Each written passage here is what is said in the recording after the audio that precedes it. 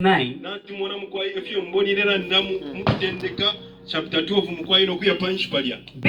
Abraham, not Abraham.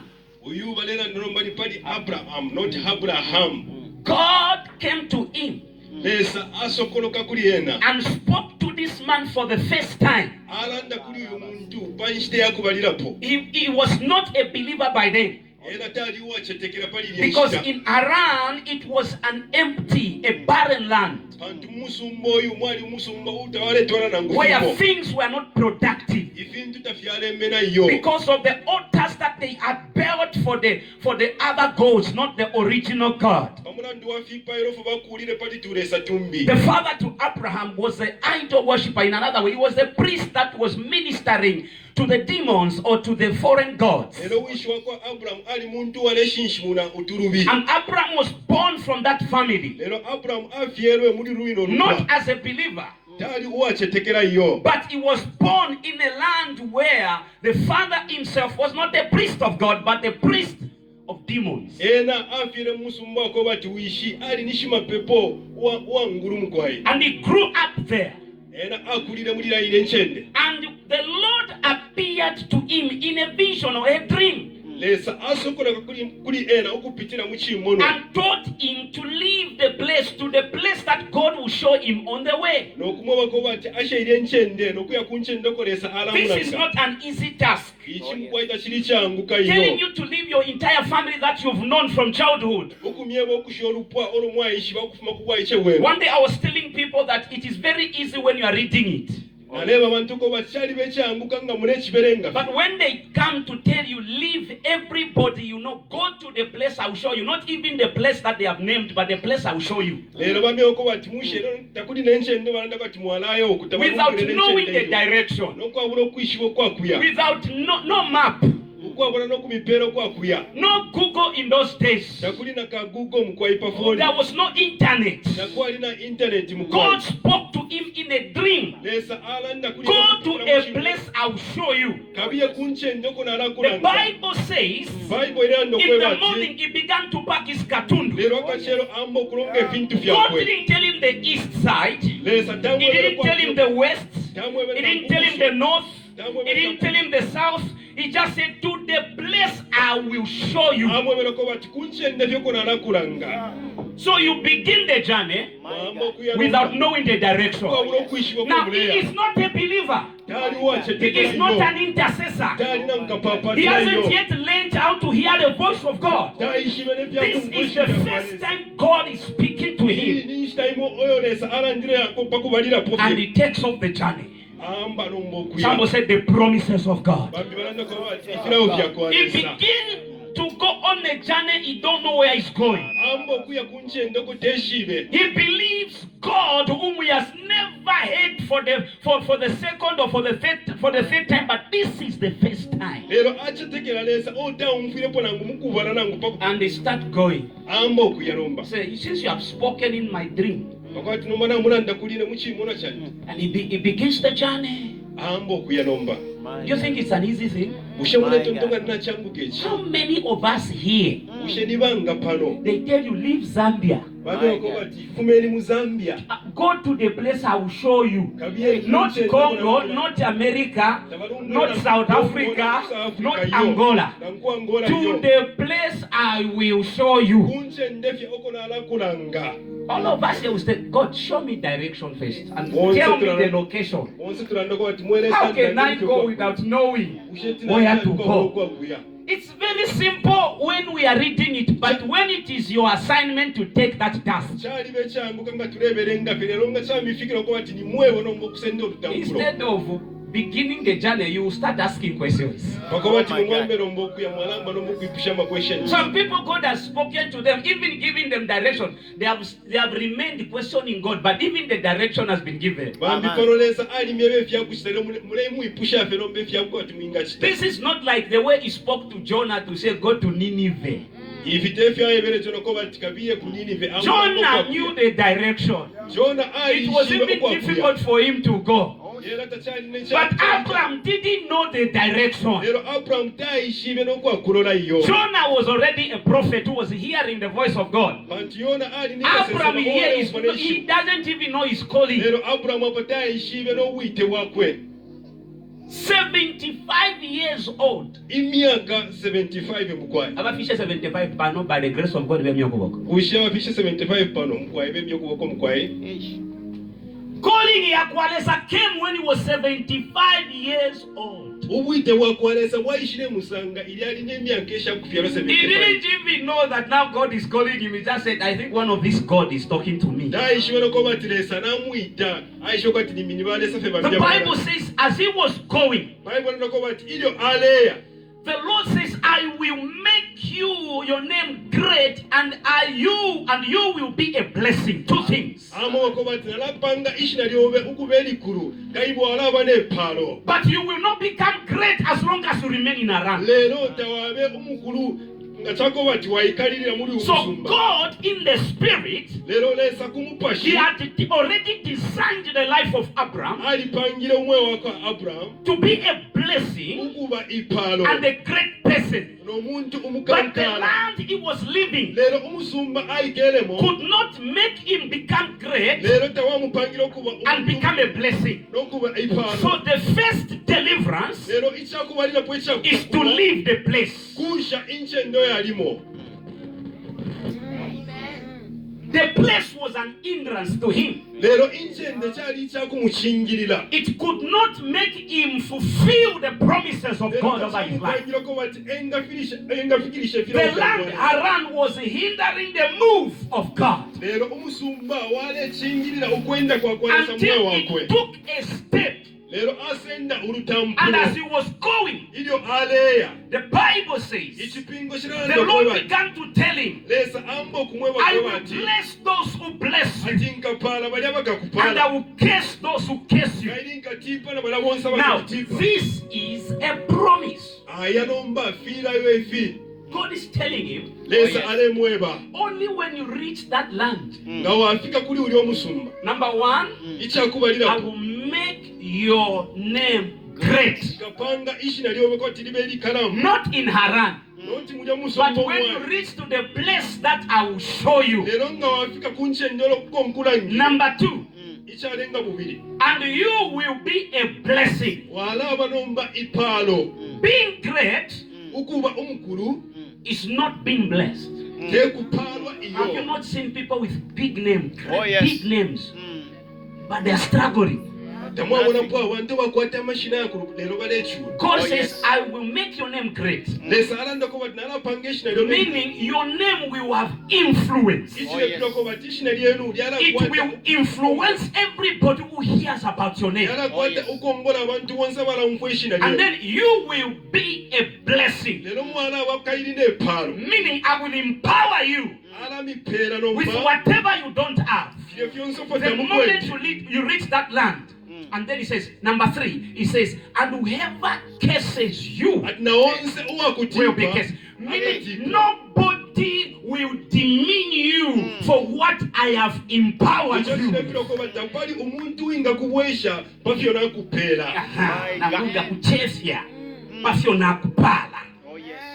Hallelujah. Now, all these are promises. These God was speaking, yet they were not yet fulfilled in the life of Abraham. And look here, he says, and all people. The other version says, and all the families of the earth. All the families. If you are on the earth, it means the Bible here says, and all the families or all the people on earth will be blessed through you. What a promise! What a promise! What kind of prayer did this man pray? For God to speak to him in this manner. Already is coming from a family that is contaminated. When God wants to use you, He will not consult your family. Even if there are witches and wizards in your family, they are witch doctors. When God wants to use you, He will not consult your father. He will not consult or inquire your mother. Him will come as God, because He is the one that created you. God has no apology to anybody. God has no time to say, excuse me, I made a mistake. When God is picking you, He does not look about the roots where you are coming from.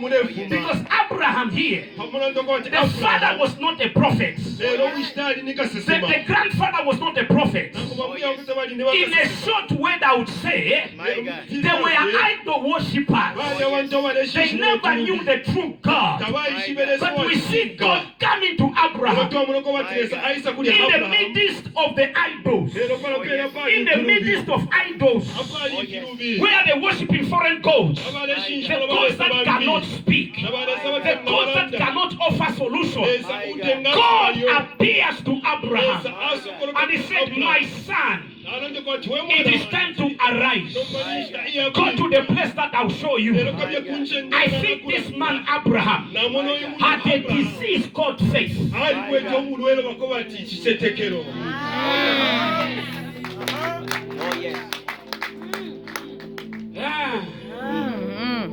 Because there is no way you are not a Christian or not a believer, you just find yourself. The first word you are hearing this God, He has never introduced Himself to you. Nobody has ever spoken to you about this God. He's talking to you for the first time. Hey. Your entire life you have grown up giving sacrifices to foreign gods. Your entire life you don't know about the true God. This is the first time God is speaking to you. And the man believes. You think it's easy? You think it's easy? First time. Your father has never told you about this true God. Your mother has never told you about this true God. Your neighbors have never told you about this God. And He appears to you, and to make things even critical, it's in a dream. Oh yes. How many times has God spoken to you in a dream? It's just a dream. It's just one of those dreams. It's a dream. The Bible calls it sin like in a vision. He doesn't even know how visions work. This is the first time. And God spoke to him. Look at verse number 4. The Bible says, so Abraham went. Now this, I love this. So Abraham is not Abraham, it's Abraham. Meaning not productive, without influence, not blessed. He's still barren. He's still unfruitful. He went. Verse 4. As the Lord had told him. This is the first time he went. As the Lord had told him. How many times God has spoken to some of us who are here? We are still wrestling with that word which God has spoken to. Abraham, the first encounter, boom, the Bible says, so Abraham went. As the Lord had told him. Some of you are fighting God. He has been speaking to you this, about that. You are still fighting. Abraham, he went. Very first day God spoke to him. Leaving his family. Leaving the uncles. Leaving the brothers. Leaving the sisters. Leaving the mother and the father. Going to the place he doesn't know himself. Some will say the promises of God. The Bible says he went with Lot. And Abraham was 75 years old when he set out from Haran. 75. Ubwite bwaisa pa myaka 75. Elo ubwite bwaisa. What was hindering him not to confirm or to receive the calling of God was the land Haran. God had to shift him so that the promises of God in his life can be fulfilled. I don't know what is hindering the promises of God in your life. I pray that God will shift you in the spirit so that the promises of God will be fulfilled in your life. Now, your life must be aligned with the promises of God for you to fulfill the will of God. The will of God comes with the promises of God, which should align our lives in order to walk in the ways of God that fulfills the calling of God in our lives. You cannot answer the call of God if you cannot understand the promises of God. When God promises you, He does not promise you to fail. He promised us, knowing that the grace that He has given us, it will make us reach where He wants us to be. And every time there is a promise, there will be some battles. Where there is a promise, there is a battle. The devil also begins to hear what God has promised you. And when he hears, he brings obstacles. He brings battles. He brings mountains. He brings delay. He brings disappointment. Why is it that the people that have understood the promises of God, they go through a lot? Sometimes you may even feel like maybe they are cursed. Why is it that you all pray a lot and you hear the voice of God, you are going through a lot? The devil will not come and fight empty vessels. He comes to fight loaded vessels. Loaded vessels with the substance of the word of God and with the substance of faith. So we see Abraham. Abraham was 75 years.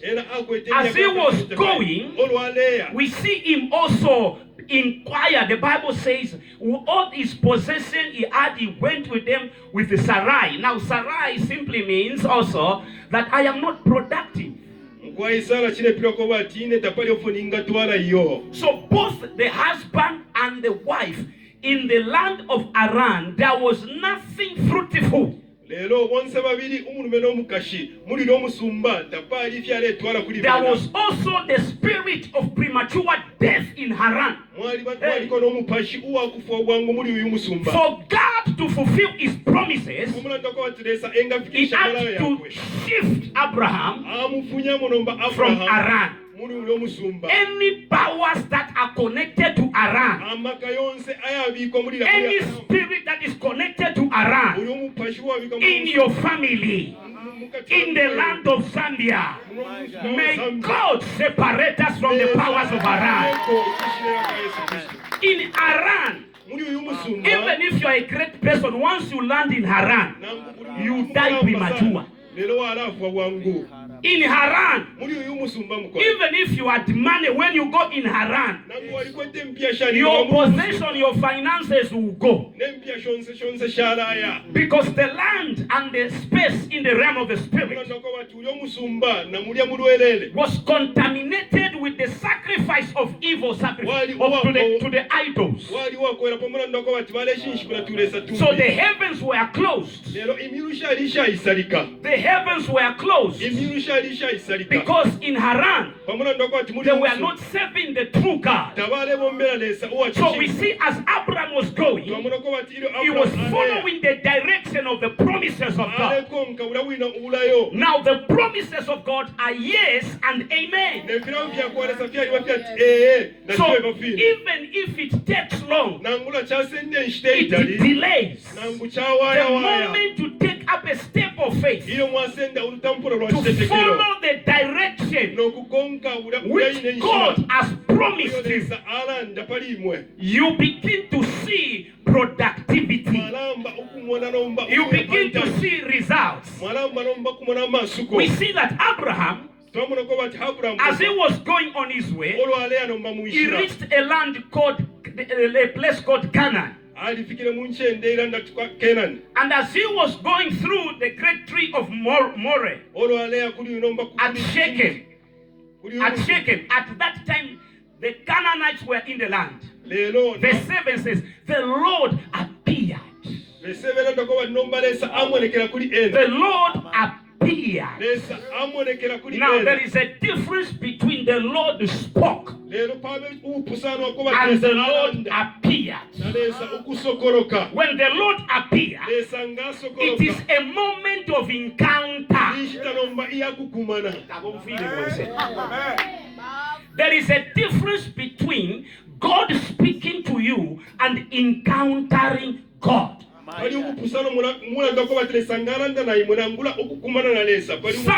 number of us here, God has spoken to us, but some of you have not encountered Him. Ukulanda na imwe no kukumana na mkwe vyapusana. My God. Pantule sanga wakumana na mkwe na ngutalandile wamukumanya. Bambi, you can't even talk to him. You become powerless. Joshua one day just met the commander of the Lord's army. He was on his throne. He could not stand, and he told him, don't worship me. I'm just the brother. I'm just like you. That was an encounter with the commanders of the Lord's army. Now we are talking about Abraham. Encounter. The Lord appeared. Verse 7. What happened to Abraham? And said. So we see as he appeared, he began to speak to Abraham. It was face-to-face encounter. And the Lord began to speak. Now the promises are beginning to manifest. He says, this is what the Lord said. He said, to your offspring, I will give this land. Now watch it. It's not telling him to be in that land. This man is still on a journey. He's still going. The Lord is telling to your offspring. How can you say to the offspring, my wife don't even have one? Actually, she has already passed the age of conceiving and having children. Because the man heard the call of God at 75. I perceive by then Sarah must have been in 50s or 60s. So she had already passed the stage of having children. And God is saying, now I want you to see how powerful the promises of God are. Even our body itself and the body of the husband was saying it is over. But the promises was still saying something will be done. God is saying to your offspring, meaning to your children's children, I will give this land. This is God. Face-to-face encounter. And then he says, so he built an altar there to the Lord. Now, God had not told him to build an altar. But the moment he had that encounter, he built an altar. Now, I want you to understand something. The meaning of building an altar, he knew that the moment God said, this land I'll give it to your descendants or to your offspring, the altar he built is, in another way, even if I am dead, this altar will speak for those children you have promised me. Now, altars speaks for generations. Who taught Abraham to build altars? Their father. Because in Haran, the father was building altars not to God, but to demons. So now God has said he is God. So he said, I think no you na kumanyo. Yes. My God. He had already left Aram. The man understood the power of building the altar for God. The Bible said he built an altar for the Lord, who had appeared to him. You build an altar by also making a covenant. Now remember, God is not a covenant breaker, he's a covenant keeper. So when he built an altar, there was a promise that was spoken. So the altar was the witness to say, you will speak for those children. He's saying, this land is yours. Up to today, Canaan is the land for the children of Israel. In those days, it was not part of Israel. But because of that altar, it is still speaking today for the offspring of Abraham. Let's proceed. The Bible says from there he went on toward the hills east of Bethel and pitched his tent with Bethel on the west and Ai on the east. There he built an altar to the Lord and called on the name of... This is the first time he's calling on the name of the Lord. My God. Listen. When God has promised you something, begin to follow what God has promised you. And on the way, you will meet obstacles. Now, obstacles are not meant to stop us. Obstacles are meant for us to press on. Because if you stop where there are obstacles, you die in obstacles. If you stop where there are mountains, you die in mountains. If you stop where there are problems, you die in problems. If you stop where there is a battle, you die in battles. But when you press on, what will happen? Those things will remain behind. And as you are moving on, you are moving in the direction of the promises of God. Things can fail you. People can fail you. The economy can fail you. The environment can fail you. But the promises of God cannot fail you. We see that Abraham, he forgot about his family. He forgot his father and mother. And as he was going in the direction which God had promised him. And we see on his way, he began to build the altar for God. He encountered God at first. He built an altar for him.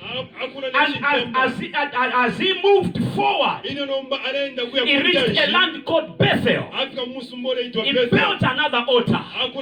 And the Bible says he called on the name of the Lord. When he reached in Bethel, he called on the name of the Lord. Now watch here. There, when he called on the name of the Lord, he proceeded. He did not tarry there because God had not told him you have arrived. Remember, God told him, to the place or to the land I will show you. So the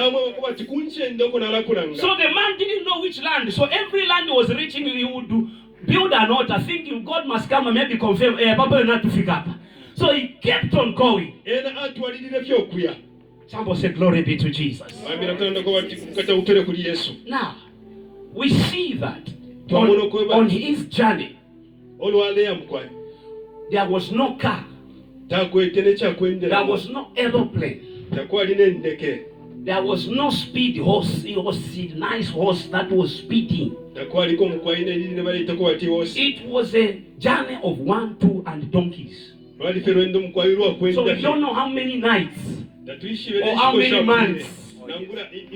Or maybe it could have been a year. We don't know. The Bible is silent.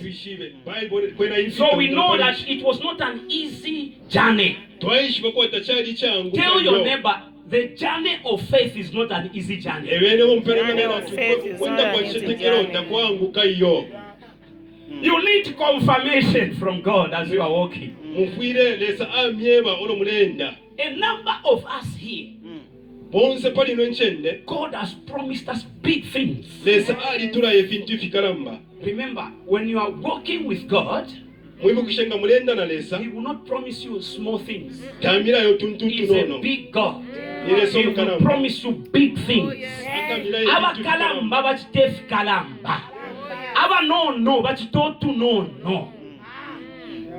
The encounter that Abraham had with God. All these places we see in building an altar. It was because of the revelation and the encounter that he had with God. You